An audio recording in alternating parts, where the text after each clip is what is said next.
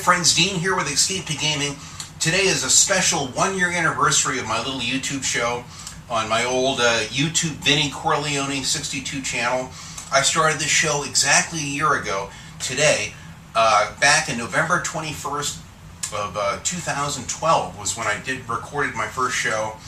I had no idea what I was doing, what I was getting into. I had some good help from a couple friends and showing me the direction of how to set up the YouTube show, how to use a camera, how to do the editing, the whole deal. It was kind of an arduous process for a caveman like myself. I'm not real big on multitasking. Sometimes my ADD takes over. I'm kind of all over the map. Initially, I used to have giant notes. I took these huge pieces of painting paper, masking paper, and I took a Sharpie and wrote in big, giant 2-inch letters the titles of some of my favorite games, and I'd tape them up across the room behind the camera and would refer to those often in case I forgot what I was going to say. You know, my memory is not what it used to be. Too much partying, perhaps, over the years. I don't know, but it is what it is, and I make the most of it. After the first several shows, I kind of got away from that, and I said, the hell with it. Just roll a camera, jump in front of it, with a rough idea of what I wanted to talk about, and it's kind of non-scripted. And a lot of people seem to like that approach. I don't know, it's more real for me. I feel more comfortable doing it that way, and I've had other friends that said, Dean, you really should take the time to write your reviews. It'd be much more polished that way, and perhaps they're right. Maybe that's what I should, maybe find a balance between the two, between having something that's scripted and non-scripted. But for whatever reason, it's worked well for me so far. I've done a variety of reviews. Last year, God, this time a year ago was wonderful. We had just a slew of great games. 007 Legends came out around this time last year. Dishonored. Then not long afterward, the wonderful Far Cry 3. So it was just I remember this time last year was wonderful, going from Thanksgiving into Christmas. Hitman Absolution I had so much fun with. And many of these games, I was kind of overwhelmed with games at the time. And the year has been kind of ups and downs with my show. I eventually got a brand new Papage HD PVR2. Then I had two 20-foot HDMI cables going from my desk all the way to the living room and then back to the Xbox 360 and then back to my computer. And it was just very tricky. There's a little bit of lag, I think, in there. And so my quality of my old Windows X5, Windows 05 XP computer, it hasn't been the greatest with the HP PVR. I've used my Fraps capture to capture some footage out from trailer footage and what have you. And that's worked out as well. I've also done the old school method of just putting the old camera right in front of the TV and doing it that way. So bear with me. I'm kind of archaic in the manner and kind of a rudimentary way that I film my show and do my show. But it works for me at the moment. Eventually I'll get a new computer and all that. But it's been a stellar year. I've met so many wonderful new friends on YouTube. I've had so much fun interacting when I could. I mean, not right now. I can't even respond to my own comments on my YouTube deal. I'm hoping that they'll get enough, petition signatures that perhaps YouTube will reverse this, or Google Plus, whoever's doing it. So I really miss that interacting with the comments and with my friends on their YouTube shows as well as my own. But I've still had a wonderful time. The games have been plentiful last year. God, even better this year. And there's just been a lot of personal milestones in my life. I mean, one of them was getting the show up and running, which I didn't know I was going to be able to do initially, but it's worked out. I've had a lot of fun with that.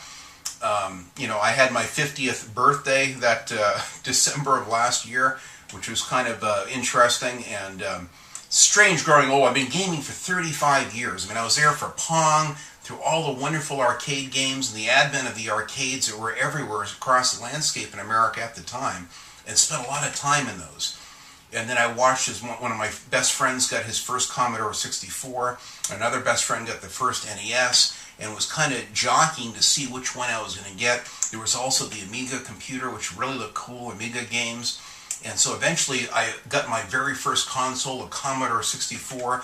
Not long after that, I got a Super NES, which I was very excited. Actually, it wasn't right at launch, but shortly after the Super NES launch, I got one of those right away. And loved that. God, I had a pile of games that was, probably 30 inches high of cartridges for that system and had a blast with it. I think I gave that to my nephew, along with all the games, which he still think he has them today, actually. But and then not long after, again, I was saving up for that special Panasonic 3DO and ended up getting the 95 PlayStation 1 instead, which had a wonderful time. Great memories, wonderful times with my friends and family over that PlayStation 1, and then the PlayStation 2, and eventually the wonderful Xbox. God, what a wonderful console that first Xbox was. Bulletproof as hell, wonderful games, a couple great exclusives that I really enjoyed. And then, of course, I waited a little too long and eventually got, the Xbox 360 and the PlayStation 3. So I'm behind a lot of you guys with the more current gen, or the now it would be considered last gen games. But it's just been a really good milestone year. I just celebrated my 18th anniversary this Veterans Day on November 11th, which was kind of cool. So it's been a wonderful year. I was able to buy a house earlier this year, which a dream that is not as easy to accomplish as it used to be. And it was an arduous task, but thank God I got my new home, and I set up the studio very much in the manner that it was before, except it's omitted the Xbox 360 controller silhouette behind my logo. Other than that, it's pretty much the same set, only now I got a much nicer window with a lot of natural light that comes in. So it's been a great year, lots of new accomplishments. I've almost got my truck paid off, which will free up my finances quite a bit. So things have changed in the economy to where I don't have the massive disposable income that I used to have for the fancy vacations and for the fleet of muscle cars and Corvettes and things that I used to own at one time. But it's been verifying all the more the reason for why I started the show and got into gaming is to escape the tough aspect of just work, of just the drudgery of work and having a career and a business. It can take a lot out of you. And during the day, like I said, my painting business is pretty mindless.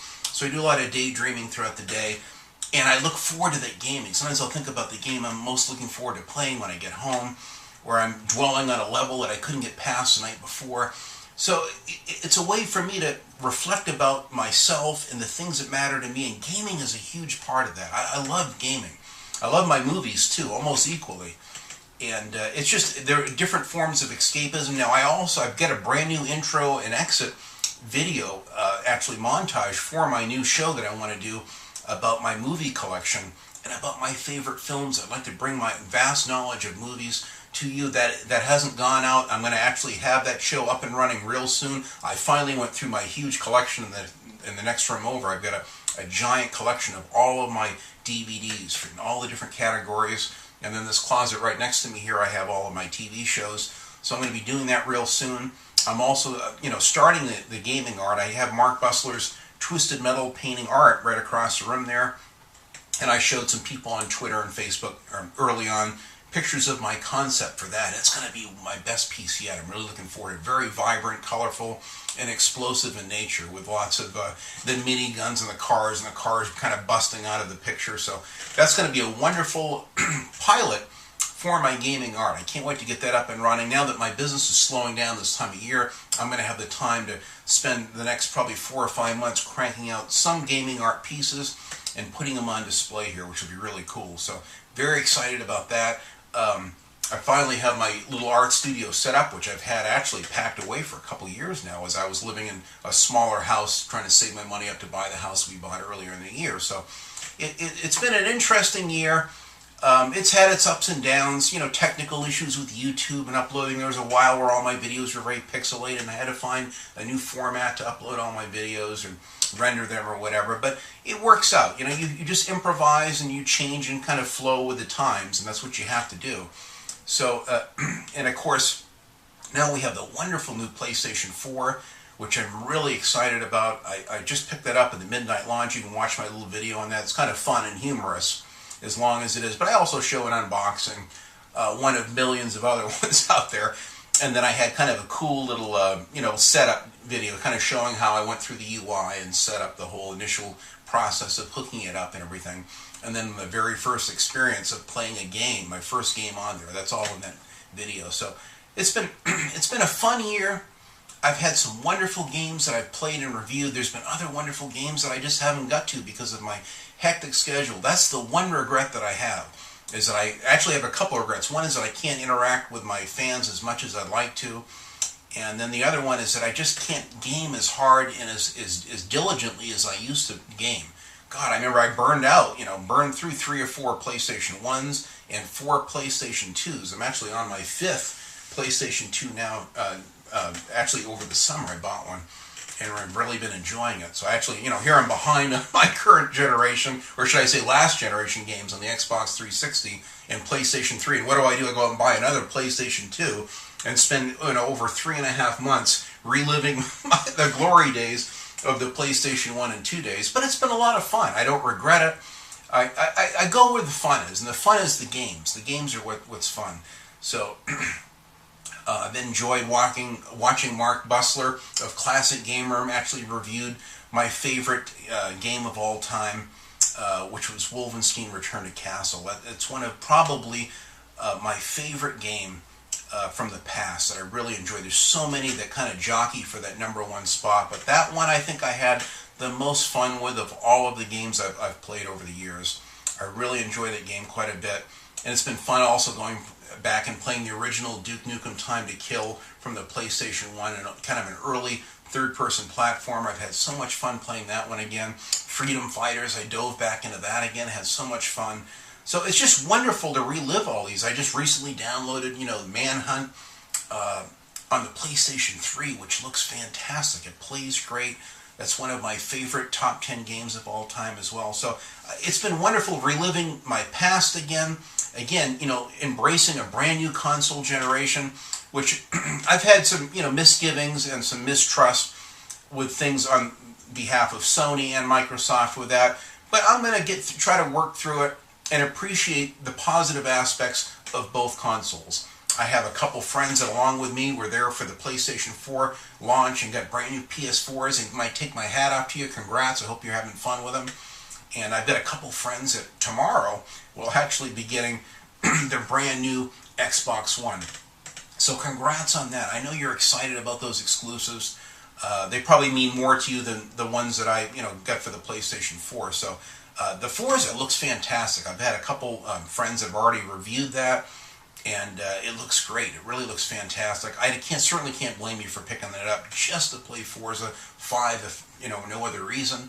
I know some of you like the Killer Instinct and this new Titanfall multiplayer thing. It does look pretty interesting that's coming out. So I just put down, yesterday was into my GameStop and put down a deposit on the new Mad Max game coming out. I think it's like May or April, somewhere in there. Very excited. Now, my manager said that the new Wolfenstein, the New Order release date was pushed back to January of 2015. So I don't know if that's a misprint at GameStop and their computer or what the deal is, but I was really looking forward to that, hopefully in the next first or second quarter of 2014. So I don't know what's going on with that. I certainly would love to play that, but if they need more time to polish it, I certainly understand. I just hope they're not stalling for another year because they feel that they have to put in multiplayer. I've already looked at a lot of forums for machine games and for the new Wolfenstein, the New Order, and a lot of people, I won't get it if there's no multiplayer. And so I'm kind of saddened to see gaming shifting towards more of an online setup now. It seems to be much more popular, the multiplayer and online gaming, versus the more of the what I consider submersive, where you're under the surface or inside the game. And so I kind of coined that in my very first episode of my show a year ago. I use that term a lot, submersive, because I like to feel that I'm inside an adventure. And that's what I used to get with, the original Wolfenstein Return to Castle, or Duke Nukem Time to Kill, or some of the older, the very first Resident Evil. God, you talk about submersive. I mean, you really felt like you were inside this mansion of horrors. And that's the kind of adventure that I really like personally. Now, I validate the fun and adventure that a lot of people have in multiplayer. That met many good friends that way, just like I have through YouTube.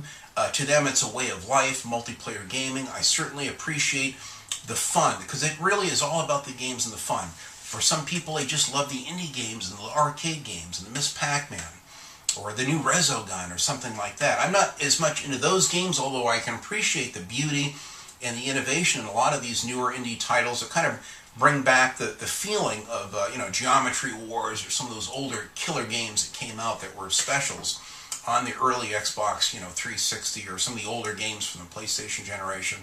Those are a lot of fun games, but I love adventures. Like this new Assassin's Creed, Black Flag that I've got here.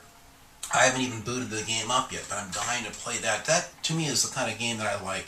Open world, or GTA 5, going on a hunt for collectibles. There's just so much fun that you can have with these type of adventures. Currently, I'm playing the hell out of this new Need for Speed Rivals, which I absolutely love. I've got that right here, and it's fantastic. I can't tell you how wonderful it is. It's highly rated. I like it much better than Hot Pursuit is polished and as good as that was.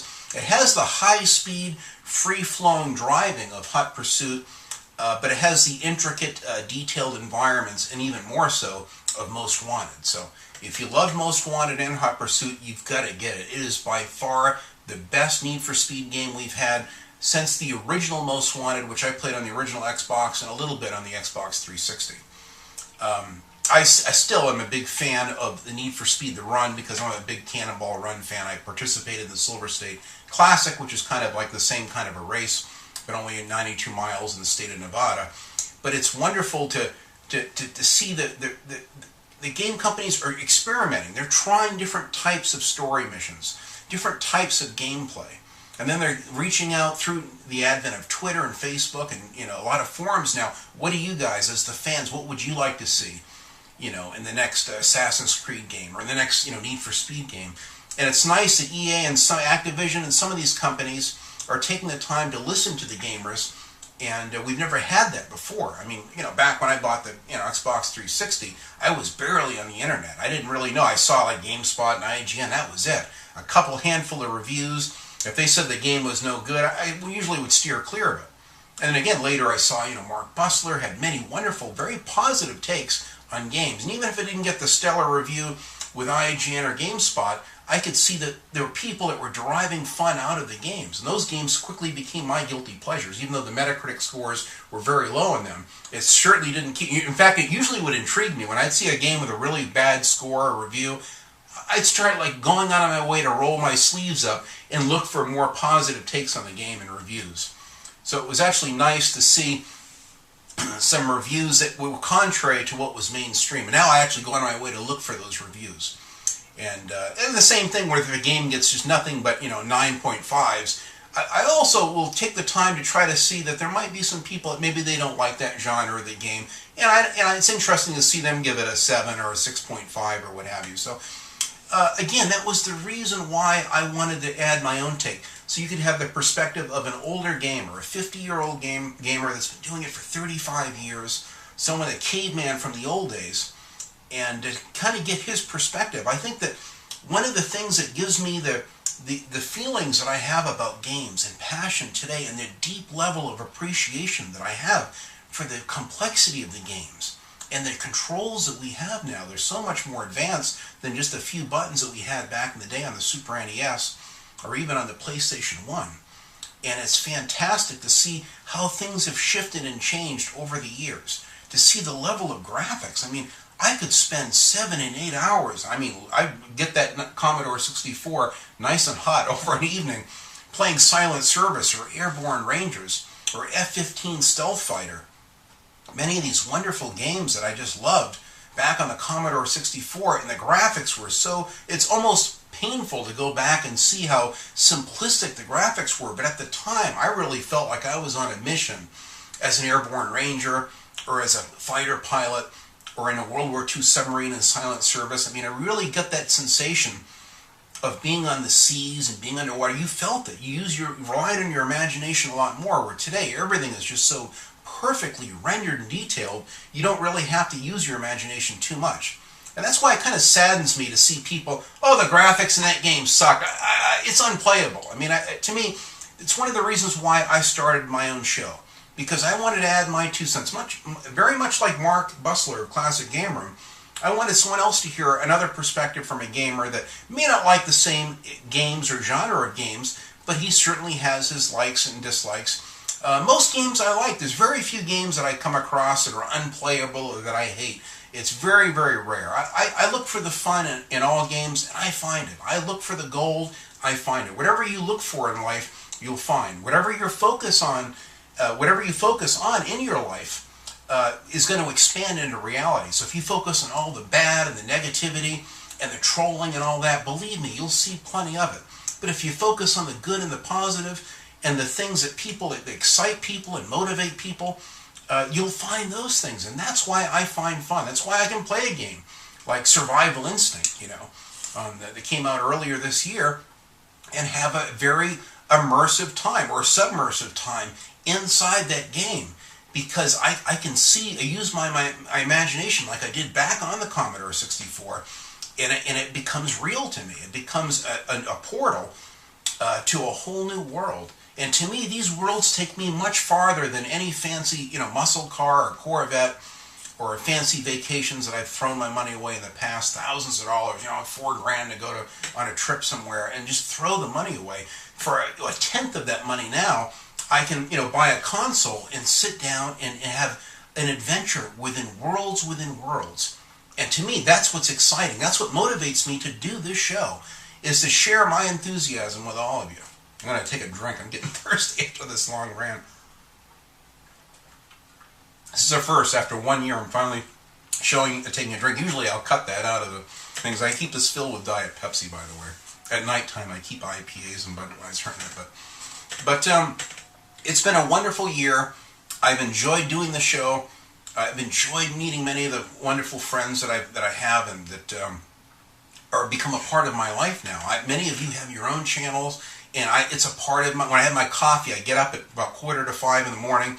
I can't wait to put on Twitter and Facebook and in YouTube and see what my friends have uploaded overnight.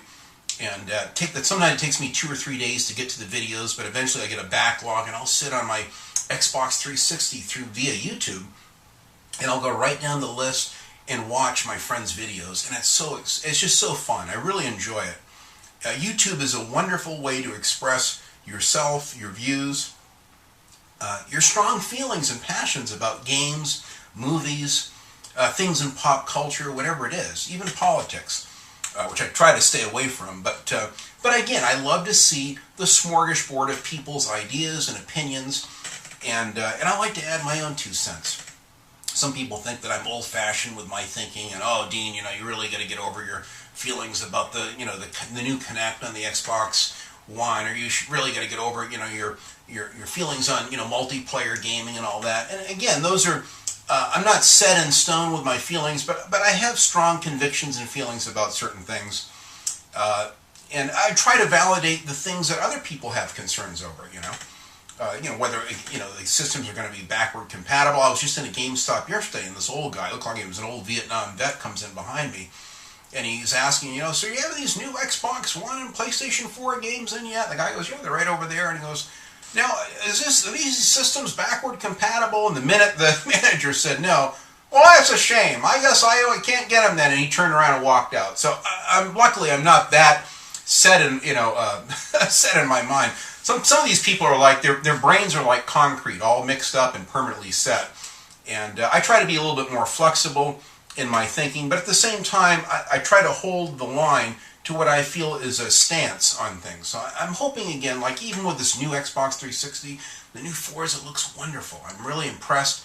I've watched and shared on Facebook several wonderful YouTube videos already on it. Adam Sessler in particular did a wonderful review of it. It looks fantastic, but sadly, until Microsoft can try to make the system without it, I'm not going to get it. That's just my own convictions. So I'm hoping that they'll, and they've been really good so far at kind of getting the feedback from the fans, from the gamers, and from people out there, and then trying to implement those, via their new, day one updates or firmware changes. The same thing with Sony. Sony, I think, is doing the same thing. So I think that both companies have learned. I'd like to see Nintendo do well with the Wii U as well. I still think it's a great concept. I just would like to see more games. So again, I won't get a Wii U until Nintendo comes out with a few more games I like, although they have 2 or 3 that I would get the console for. I can't warrant spending that kind of money for something just to play 2 or 3 games. So I'm waiting on that. I'm certainly waiting on Microsoft in the hopes that maybe they'll come out with just a kind of a streamlined, here's a pure gaming console without the Kinect for the users who want to spend a little bit less money, that maybe don't want all of the gimmicks. And man, I'll race right down and buy one, and can't wait to play those games on it because they do look good. The Dead Rising's not my kind of game, but it does look really cool. It's impressive, the giant worlds and how many zombies they can get in there. You can really see next gen with these two new consoles. Finally, you can see the detailed worlds. You can see how powerful the computers are. Even though they use up a lot of install space into the hard drive, I think that that's very telling that you're getting a lot more for your money. You're getting PC quality gaming with the new console. So, and this is all kind of cool that this has all happened in this last year of my show. So my show is kind of at the end of one generation and kind of, the anxiety going into the next, which has been interesting. So, and I've done many rants, with my concerns, and I was there for E3 and even before that for the Sony press conference and Microsoft press conference, and reflected my thoughts and feelings, via many rants over the time and many discussions on, Facebook and Twitter and what have you. So it's been fun. It's been rewarding. You make friends, you lose friends in the process, but in the end, you have a commonality, and that's what my show is about. That's who I am about, is I want to be focused on what I have in common with people, not the differences. Everyone's entitled to their opinion, that's fine, but as long as everyone respects everyone else's opinion and their feelings, that's fine. You can deal with it. If someone hates the Wii U, I can understand that, but to me, I don't have to go on a campaign to bash the Wii U or bash, the Xbox One just because there's an element or two that I'm not crazy about in it. So, I've tried to validate my friends' feelings and points on many issues in gaming. And at the same time, it's nice to have that mutual respect if people can validate, and respect your opinion. It doesn't always happen. It's certainly not a perfect world. But I've made many wonderful friends this last year. I can't thank you enough for the support of my little show. Again, it never was about money and views and, ad revenue and all that. I thought initially I'd have to go on, get on with Machinima. When they say, well, the only way to get on Machinima is if you have thousands of views and subs and all that. So I was really confused by it. So then eventually I found out that you can monetize your videos through YouTube, and then they extend your time limit. That's really all I wanted. The minute I did that, I monetized all the videos. And I've had some learning process. I've had a couple, not copyright strikes, but some third-party, content, in the way of game trailers that I've utilized, or music or something that's in the background, and it tends to flag a video. So now I can't watch that video via my, Xbox 360, but I can still see it through the PC, or perhaps people can't see them through handhelds or whatever. So it's a learning curve. It's been a fun time. I love doing the show. I love getting the feedback from my fans on it and friends, and it's just my way of just being part of the gaming community, which means so much to me. This gaming has become almost an island of escapism for me. I love gaming. I love what it represents to me as I'm getting older, and I'm less likely to have a lot of the expensive hobbies I have. I'm less physically capable of, doing a lot of the dirt bike riding and quads and jet skis. I've had some severe injuries from car accidents, and I can no longer do a lot of the physical, strenuous things that I used to love to do. I used to go on 70-mile canoe trips that lasted a week on northern Maine, and you go hiking and camping and rock climbing. And so I can't do any of those things anymore. So ever since October of 2000, I had a head-on collision that killed the 18-year-old kid that hit me, unfortunately, and my life has changed. I spent 5 years, in a hospital room off and on, and then another year after that just trying to recover and walk again and feel normal.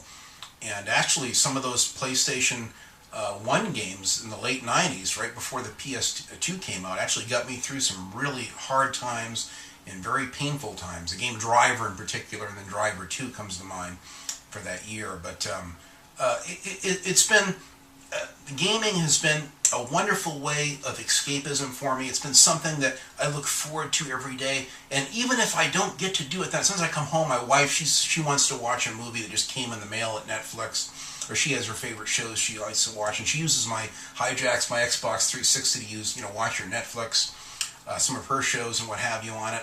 So, I share. My friends go, oh, well, you just get your own TV in the room. But my wife and I do everything together. We're very close. And I have to learn to share more of my time. I was more selfish when I was younger. I just, if you don't like it, it's too bad. I'm going to play Manhunt all night. She'd sit there rolling her eyes. She put up with it for a while, but it was frustrating. So as I get older, you get a little bit more mature. You realize that, the world isn't all about you and what you want. You got to share your time. But so even when I don't have that time, doesn't materialize the way my expectations are focused on it that day, it's okay, because I have the next day. I'm older and wiser and a little bit more patient now. So now I don't mind waiting. I certainly don't mind, even if it means a couple days. Like I got the new PlayStation 4. My wife just had her appendix removed. She's had a really high fever. It was touch and go for the first week. She's on the road to recovery, but she has to kind of sleep upright. She spends a lot of time on the couch. So I've had to give up a lot of my gaming time, even with my new PS4, to accommodate her, which is much more important than playing Need for Speed Rivals. so I've had to kind of share my time with her. At the same time, she's been very cool with enjoying me playing the PlayStation 4 when I've had a chance to do it. So unfortunately, I haven't had the time I wanted to do right off the bat a review of Need for Speed Rivals, and I'm working on that right now. But bear with me. I'm in a tough spot to where I can't spend the quality time gaming quite as hard as I'd like to. But it doesn't mean that I can't appreciate watching my friends with their live streaming, or watching them and their YouTube uploads of their first hour of impressions on the new Battlefield 4 or the new Assassin's Creed Black Flag on the PlayStation 4. It's very fun. I've watched a ton of Phil at DSP, a lot of his streaming and games, and it's been so much fun. So even when things are slow and I don't quite have the time to game, I still make the time to stay involved with the world of gaming, which I love so much. So the message I want to give to you all is that try to appreciate the games for what they are. I know there's lots of problems with glitches. I know not everyone's elated about the endings of some games or certain things that they'll implement in a series of games. Whether it's Dead Space 1 and now it morphs into Dead Space 2 and then Dead Space 3, and some people, they hate the third one or they only like the first one. And the same thing with Gears and Mass Effect and other games. I can understand people's expectations and frustrations, but to me, I look at games as art. I go into a gallery, and I love looking at art galleries in San Francisco or Los Angeles or museums, and I just allow it to be itself. I appreciate the piece of art for what it is. When I go in and look at a painting, I just sit there and I try to see it through the perspective of that artist that maybe painted that painting 50 years ago or 150 years ago. And I try to see it through their eyes and appreciate it for what it is. I don't say, yeah, it'd be a great painting if only they had done it like this. Couldn't they have painted the sky more like this? It is what it is. Gaming are virtual forms of art. I honestly, just like I look at books, literature, and I look at films as art, I look at games as a form of art. Whether it's a Far Cry, or it's a Kane and Lynch, or the Orange Box, which I haven't played yet, with Half-Life 2, the fact that people can be that immersed or submersed within a wonderful game like that, and feel an adventure and feel something that the creators of that game intended you to feel, is impressive. To me, it's a form of art, and I just let it kind of flow over me. And I just accept it for what it is. Doesn't mean I'm going to like it every time. I play Black Ops 2 because I love Black Ops 1 so much. I love Black Ops, the first one, because it had a lot of Vietnam stuff in it, which you don't see enough of. And I can appreciate, because I can identify. I have many friends who are Vietnam vets, so I can identify with those characters. So when it morphed into more of a science fiction thing, as good and polished as it was, I wasn't real big on it. I wasn't thrilled with the strike missions in it, but I still had fun with it. And I would highly recommend, look, if you love Call of Duty, get Black Ops. I have friends of mine that I go on every night, I see them still playing Black Ops 2 multiplayer. So I validate the fun in it, and I validate the fun in all games. Even the games I'm not real thrilled about, I still accept them as art. I say, you know what? Someone there will love that game for what it is. Someone there may like the new direction of the new Black Ops 2, even though it's not my cup of tea. So, I'll try the games. Sometimes I give them to my nephews if I'm not real, thrilled about them, or maybe I'll trade them in for something else. And I got Dread 2. I thought the graphics were fantastic. I loved the driving in it. I thought it was very nice, right between arcade and sim. But I didn't care for this, the system of leveling up and trying to get like a reputation thing. I didn't care for that way of advancing the story or the racing or the game. So I got bored with it quickly and just took it and traded it in for something else. It doesn't mean that it's a bad game. It just means it's not my cup of tea compared to something that's like Forza 4 or Forza Horizon that I love, or Burnout Paradise even. So the new Rivals game is fantastic. It has some strange ways of advancing as well, where you have a list. You got to smash into 2 police cars and do a drift for over 100 yards or something like that. You have like a checklist, and that's how you advance. Again, it's not my favorite way of advancing, but there's so many other positives that the game does so well that it makes up for it. So again, I always look for the positive. Doesn't mean I'm going to see every game through the end. Doesn't mean I'm going to love every single game. And that certainly doesn't mean that's not why I haven't finished, Hitman Absolution, because there are things in it I didn't like. Sometimes I just get overwhelmed. I get, 2 brand new games when they come out, then I get 3 new used ones, and I'm hopping around. I get ADD. I'm kind of all over the map. I like the smorgasbord. I like to have a little taste of salad, a little bit of steak, a little green beans, and I want to save room for dessert. So that's the same way I kind of approach gaming. I kind of enjoy the smorgasbord and kind of see it for what it is. I don't have high expectations on having it meet my expectations. People that wrote off the Bureau XCOM Declassified because it deviated from the original XCOM formula. But frankly, I liked it. I never played the other XCOM games first. I played, Declassified first. So to me, I didn't see all of those problems. I saw it for what it was and appreciated it for what it was.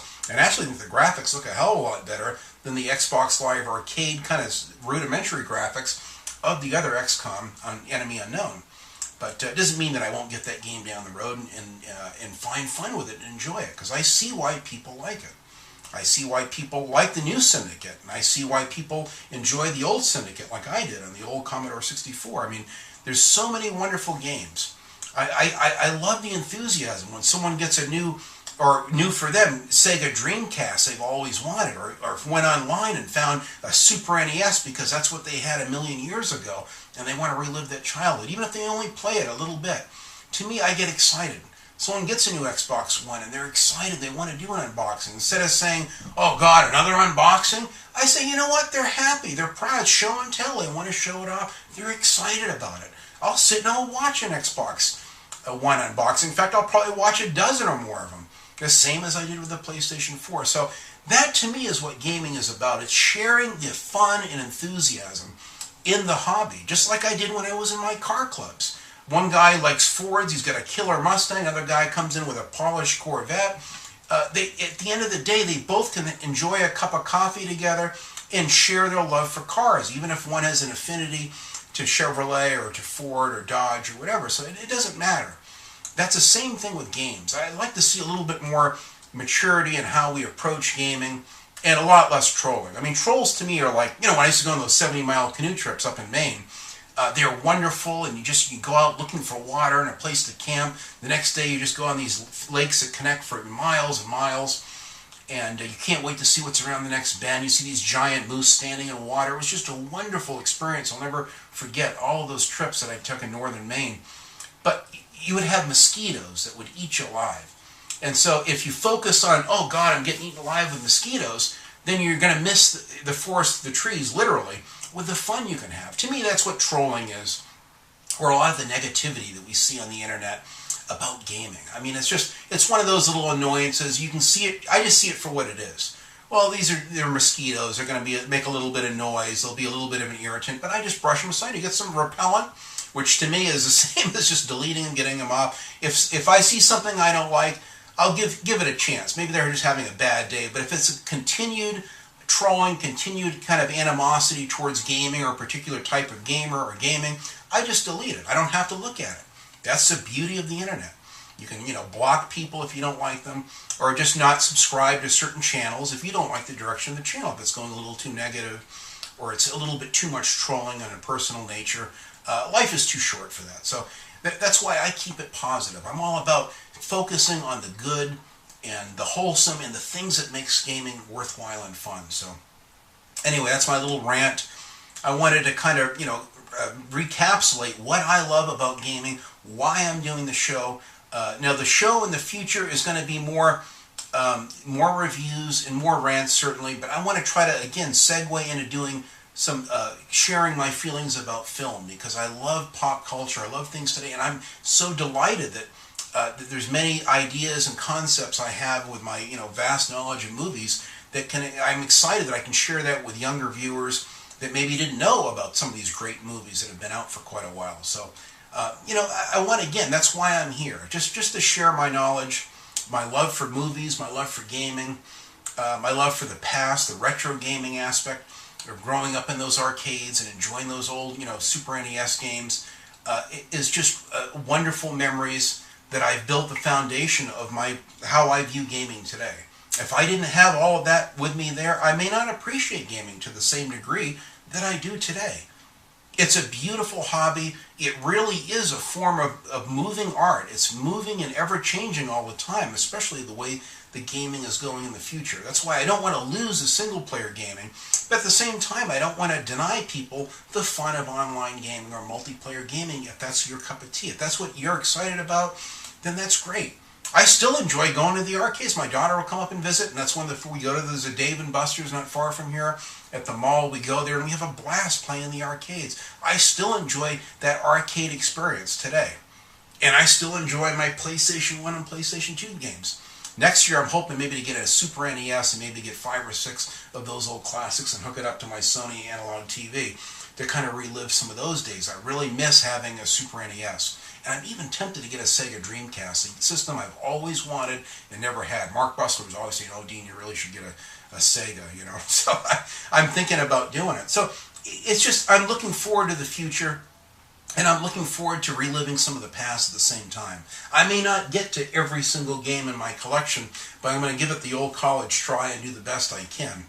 And that's what I love about it. And if I can't get to them, I can enjoy the videos of my friends that have. That's the beauty of it. I love the playthroughs.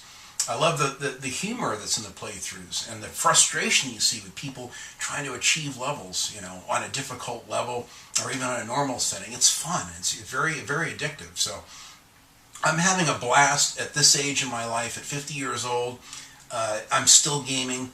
I still love the sport and hobby and the art form for what it is. And I hope you do too.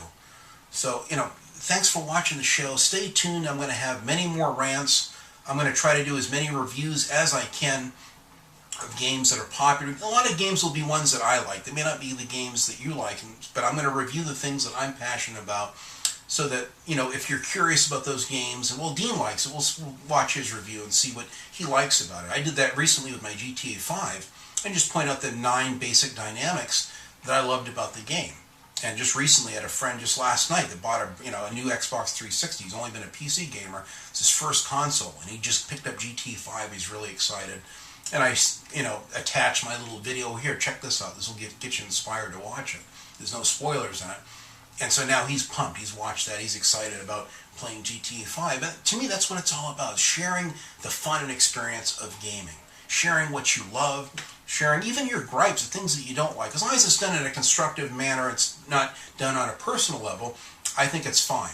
And I think it can be constructive. I think there's nothing wrong with sharing the things that we like and dislike about YouTube, or about Twitter or Facebook, or gaming in general, or our favorite gaming studios, the ones we're disappointed in. I think that's all part of the equation. We all can share in conversing on the level of these many different forums that we have, and share our thoughts and feelings. So, again, I want to thank you very much for your time, for the time that many of you have sent me private messages, and it's meant a lot to me over the last year. You've left wonderful comments and thumbs up on my videos. It really means a lot to me. Whether like I said, my channel may not grow that much. It could over time. I don't know. But if you find my information fun and interesting or entertaining even, then I've done my job. It's well worth it. So again, thanks for being part of my Escape to Gaming show. Thanks for caring enough about me to leave a comment and to follow my show as often as you can. I know it's not everyone's cup of tea. Every game I play is not going to be the same games you're excited about.